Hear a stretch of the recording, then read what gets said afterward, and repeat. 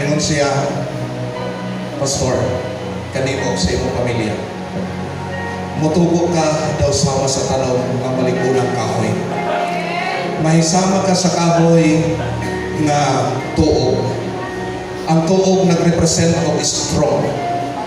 Dunay daghang mubato, dunay daghang muputol, apan di man siya ang Dios nga mupatubo kung unsang naputol o nawala kanimo. That is the word of God. Se la fragando lo se la sfragido. Rica tomande ste la fragando lo se ste la mino. Nella fuente li abro cum pariste afrahadas, rafrahadas, rafrahadas.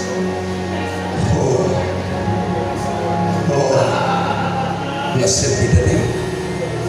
Blessed be the name of the Lord. Blessed be the name of the Lord.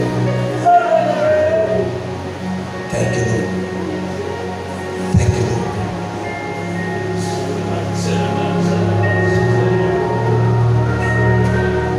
Thank you, Jesus.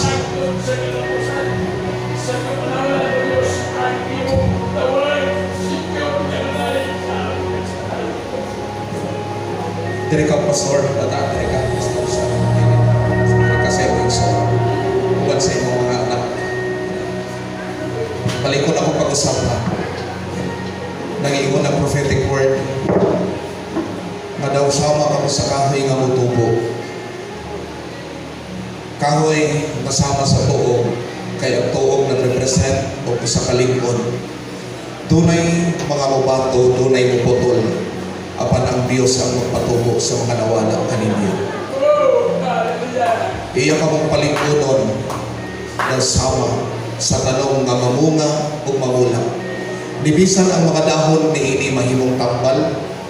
Libisan ang iyang bunga maanindon og talangis kayo nga kanon. Libisan ang mga sanga ni ini nga kahoy daghay mga langgam nga musalang. Nagpasabot kini nga mga langgam nga musalang. Nagpasabot kini nga usa ka harmony nga daghan pang ipadala sa Dios nga mga katawhan nga iyang ibutang ni ini nga dahon. Nagpasabot sa salag o sanga nga gisalagan sa mga langgam. Nagpasabot kini nga maong salag is dunay daghang church planting nga mahitabo sa ministry nimo, Pastor.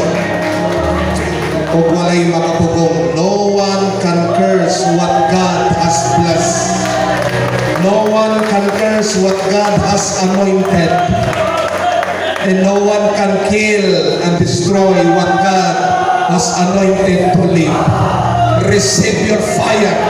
Receive your vision. Receive now. Receive now. Receive your portion. Receive it. Receive. Receive.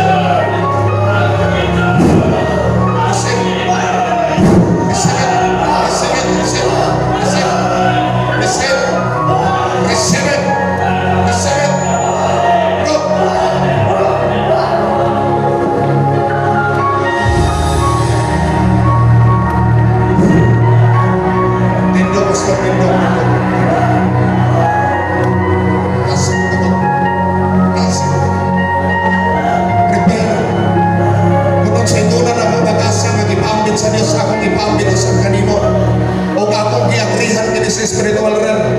Receive the gifts na kung sa ingasan ako akong ipamit sa iyo in Jesus' name.